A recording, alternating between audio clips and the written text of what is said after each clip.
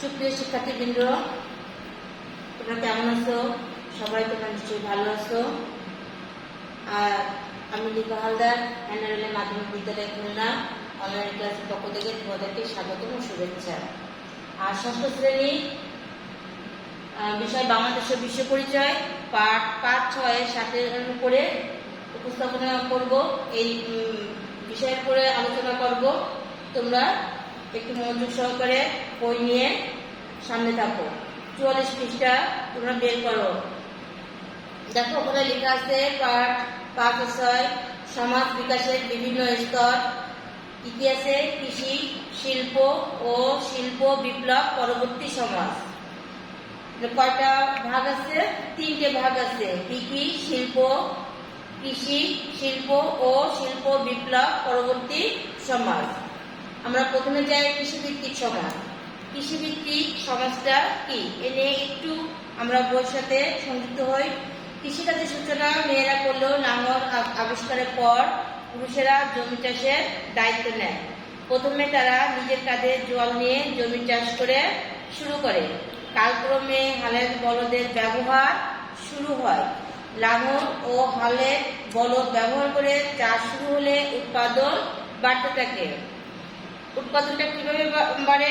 লাঙল ও হালে বলদ। যেসব অঞ্চলে বন্যা হতো এবং জমিতে পলি পড়ত, মানুষ সেসব জমিতে গম ও বার্লির বীজ ছিটিয়ে দিত। কখন দিত? যেসব জায়গায় বন্যা হতো এবং যেসব জমিতে পলি পড়ত সেসব জায়গায় মানুষ কি ছিটিয়ে দিত? গম এবং বার্লির বীজ। এসব অঞ্চল ছিল নীল নদের তীর, সিন্ধু উপত্যকা ও টাইগ্রিস ইউফ্রেটিস নদীর অববাহিকা। জায়গার নামগুলো কি কি হচ্ছে? নীল নদের তীরে, সিন্ধু উপত্যকা, টাইগ্রিস ইউফ্রেটিস নদীর অববাহিকা। সে যুগে পশ্চিম এশিয়া ও আফ্রিকায় প্রচুর বৃষ্টি হতো। তাহলে প্রচুর বৃষ্টিপাত কোথায় হতো? পশ্চিম এশিয়া ও আফ্রিকায়। তাই কৃষিকাজ এসব অঞ্চলে ধীরে ধীরে বিস্তার লাভ করে। কি কারণে বিস্তার লাভ করেছে? প্রচুর বৃষ্টিপাতের কারণে। শুধু তাই না, সেখানে বন্যা হতো এবং জমিতে পলিও পড়ত। পরে আফ্রিকা, ইউরোপ ও এশিয়ায় অন্যান্য জায়গায় কৃষিকাজ ছড়িয়ে পড়ে। কৃষিকাজ প্রসারের সাথে সাথে পশুপালনের প্রয়োজনীয়তাও বেড়ে যায়। কৃষিকাজের পাশাপাশি পশুপালনের কাজও বেড়ে যায়। কৃষিকাজের মধ্য দিয়ে সমাজ জীবন ও সভ্যতার উন্নতি হতে থাকে। কৃষিকাজের উপযোগী স্থানে লোকসংখ্যা বৃদ্ধি পায়। মানুষ স্থানীয়ভাবে এক স্থানে বসবাস শুরু করে। কৃষিকাজ মানুষের খাদ্যের সংস্থান আরো নিশ্চিত করে।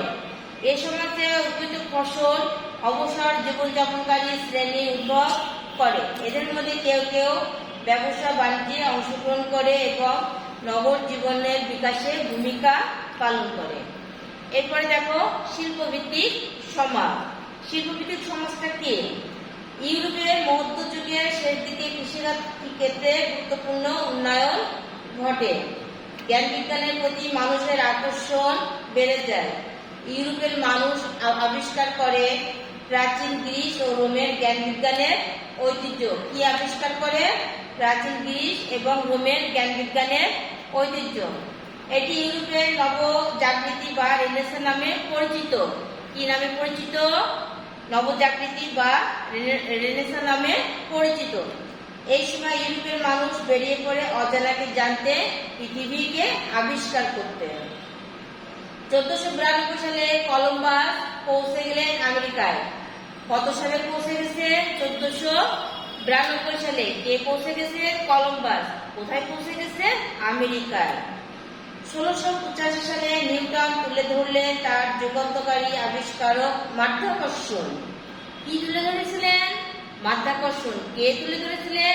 নিউটন। কত সালে? 1685 সালে। এইভাবে শুরু হলো একের পর এক বৈজ্ঞানিক আবিষ্কার। 18 শতকে ইংল্যান্ডে বাষ্পচালিত ইঞ্জিন আবিষ্কার হলে উৎপাদন ব্যবস্থায় বিপ্লবের সূচনা হয়। কত শতকে হয়েছিল? 18 শতকে। কোন দেশে? ইংল্যান্ডে। এই বাষ্পীয় ইঞ্জিনের ধারণা কাজে লাগিয়ে বিজ্ঞানীরা পরপর আবিষ্কার করেন সুতা কাটার মাকু বা স্পিনিং মেশিন, যান্ত্রিক তার, বাষ্পচালিত জাহাজ ও রেলের ইঞ্জিন। এই বাষ্পীয় ইঞ্জিনের মাধ্যমে দেখো কতগুলো ইঞ্জিন চালিত হয়েছে। কি কি হয়েছে? সুতা কাটার মাকু বা স্পিনিং মেশিন, যান্ত্রিক তার, বাষ্পচালিত জাহাজ ও রেলের ইঞ্জিন। এই সময় বিদ্যুৎ আবিষ্কার হয়। আর স্টিম টারবাইন নামে বিশেষ ধরনের বাষ্পীয় ইঞ্জিন দিয়ে বিদ্যুৎ উৎপাদন শুরু হয়। বিদ্যুৎ উৎপাদন কিভাবে শুরু হচ্ছে? স্টিম টারবাইন দিয়ে। কি দিয়ে? স্টিম টারবাইন দিয়ে বিশেষ ধরনের বাষ্পীয় ইঞ্জিন দিয়ে বিদ্যুৎ উৎপাদন শুরু হয়। এইভাবে একদিকে বড় বড় শিল্প কারখানায় উৎপাদন শুরু হয়, আর অন্যদিকে দ্রুতগামী জাহাজ ও রেলে ব্যবসা বাণিজ্য ও যোগাযোগের বিস্তার ঘটে। এইভাবে সূচনা হয় শিল্প বিপ্লবের। শিল্প বিপ্লব শুরু হয়েছিল ইউরোপে, পিতা ছিল ইংল্যান্ড। প্রথমে কোথায় শুরু হয়েছিল? ইউরোপে, তারপরে কোথায় হলো? ইংল্যান্ডে। 18-19 শতকে কয়লা, গ্যাস, পেট্রোল ও বিদ্যুতের ব্যবহার শুরু হয়। কত সালে শুরু হয়েছিল? 18-19 শতকে। 18-19 শতকে কিসের ব্যবহার শুরু হয়? কয়লা, গ্যাস, পেট্রোল এবং বিদ্যুৎ।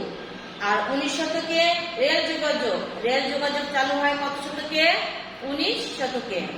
ক্রমবর্ধমান শিল্প কারখানায় শ্রম ও কাঁচামালের চাহিদা মেটাতে ইউরোপের মানুষ উপনিবেশ স্থাপন করলো মূলত এশিয়া ও আফ্রিকায়। 20 শতকে শুরু হয় বিমান, রেডিও, সিনেমা, টেলিভিশন। 20 শতকে কি শুরু হয়েছিল? বিমান, রেডিও, সিনেমা, টেলিভিশন। 18 শতকে হয়েছে কয়লা, গ্যাস, পেট্রোল, বিদ্যুৎ। 19 শতকে হয়েছে রেল যোগাযোগ। আর 20 শতকে হয়েছে বিমান, রেডিও, সিনেমা, টেলিভিশন। এরপর দেখো শিল্প বিপ্লব পরবর্তী সমাজ।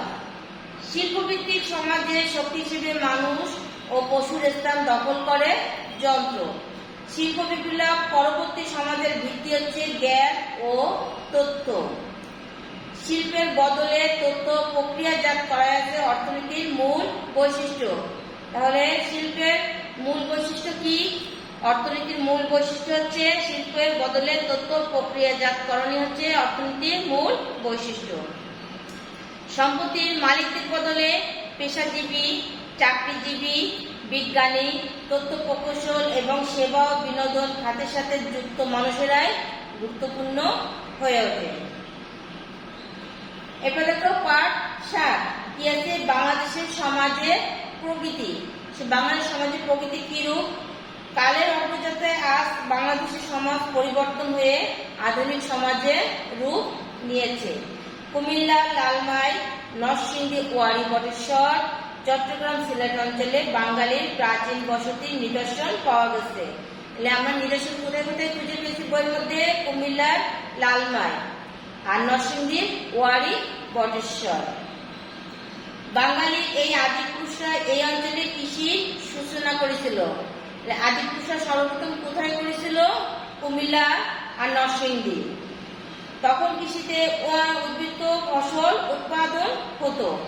এই ফসলের উপর নির্ভর করে বিকশিত হতো আরো কিছু পেশা, যেমন কারিগর, ব্যবসায়ী, শ্রমিক। কৃষি প্রধান সমাজে কৃষিকে কেন্দ্র করে উদ্ভব ঘটে নানা লোকাচার, বিশ্বাস, মূল্যবোধ ও উৎসবে। কৃষিকাজের পাশাপাশি তখন কিন্তু পশু শিকার ও পশুপালনও করা হতো। তারপরে দেখো 46 পৃষ্ঠা। সমাজের বিকাশের একটি স্তরে প্রবেশ করা মানে যে পূর্ববর্তী স্তর বিলুপ্ত হয়ে যায় তা কিন্তু নয়। তাই বাংলাদেশের নগরকেন্দ্রিক জনগোষ্ঠী বর্তমানে শিল্পভিত্তিক সমাজ ও শিল্প বিপ্লব উত্তর সমাজে প্রবেশ করলেও তার পূর্ববর্তী ঐতিহ্যকে কিছু কিছু ক্ষেত্রে ধারণ করা হয়েছে।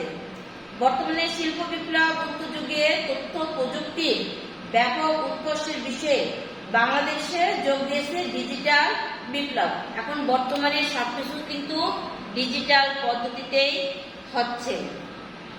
শিক্ষার্থীবৃন্দ, এই যে যেটুকু আমরা পড়েছি, বই থেকে যেটুকু আমরা জেনেছি, সেখান থেকে আমি ছোট ছোট কিছু প্রশ্ন দিয়েছি। তোমরা বোর্ড থেকে একটু খেয়াল করে দেখো। এখানে প্রথমে সমাজের স্তর কয়টি? আমরা জেনেছি কয়টি? 3টি। কৃষিভিত্তিক সমাজ কাকে বলে সেটাও আমরা বই পড়ে জেনে নিয়েছি। শিল্পভিত্তিক সমাজ কাকে বলে? কলম্বাস কত সালে আমেরিকায় গেলেন? কত সালে গেছেন? 1492 সালে। নিউটন কত সালে মাধ্যাকর্ষণ আবিষ্কার করেছিলেন? কত সালে করেছিলেন? 1685 সালে। বাংলাদেশের সমাজের প্রগতি কিরূপ ব্যাখ্যা করো। এই বাংলাদেশের সমাজের যে প্রগতি যেটা আছে, এটা খুব ছোট 2-4 লাইনের মধ্যে তোমরা তোমাদের নিজের মতো করে মুখস্থ করবা। তার শিক্ষার্থীগুলো আগামী দিন আমি ষষ্ঠ অধ্যায় পড়াবো। আজ এই পর্যন্ত। তোমরা ভালো থাকো, সুস্থ থাকো। সবাইকে ধন্যবাদ।